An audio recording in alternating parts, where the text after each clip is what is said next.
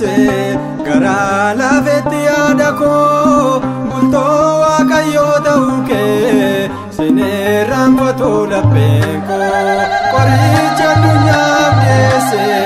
garaa laafetti yaada koo bultoo waaqayyoo ta'uu kee sineerraanfatu lapheen koo.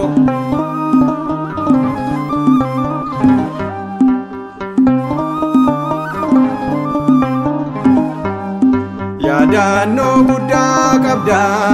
seenaa hin dagatamne aadaa waaqaa ta'uu kee anoo sineerraanfanne mirga ilma kee dhaabbattee addunyaaf kan kadhattu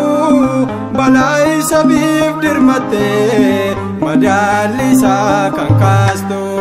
qoricha addunyaaf deesse garaa laafetti yaada koo bultoo waaqayyoo ta'uu kee sineerraanfatu lapheen koo.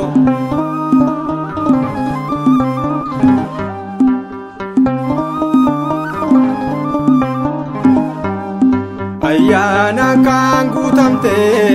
waaqayyoo si fo'ate gaddeessa hin dabarre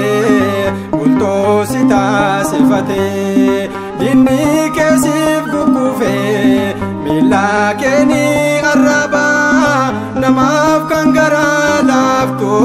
Maariyaam anoo sin qaba qoricha addunyaaf deesse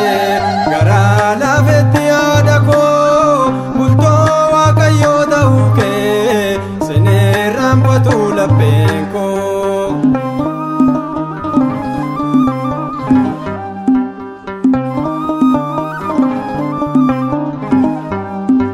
Heroodisiin baqattee bosonatti godaantee saamtota booji'amtee imimmaan kee lolaastee hir'uu dookimaasii fi ilma kee ni kadhattee badhaasa fannoo jalaa waaqayyootu nuuf laate qoricha addunyaaf deesse garaa laafetti yaada koo bultoo waaqayyoo ta'uu kee sineerraanfatu lapheen koo.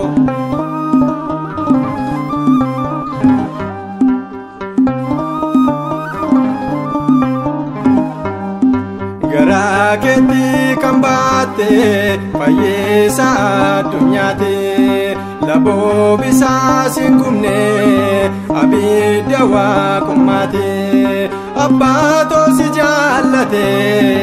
akkamittiin jibbamta Amaanu'eliin nu deesse aadaa ifaa jedhamta qoricha addunyaaf deesse garaa laafetti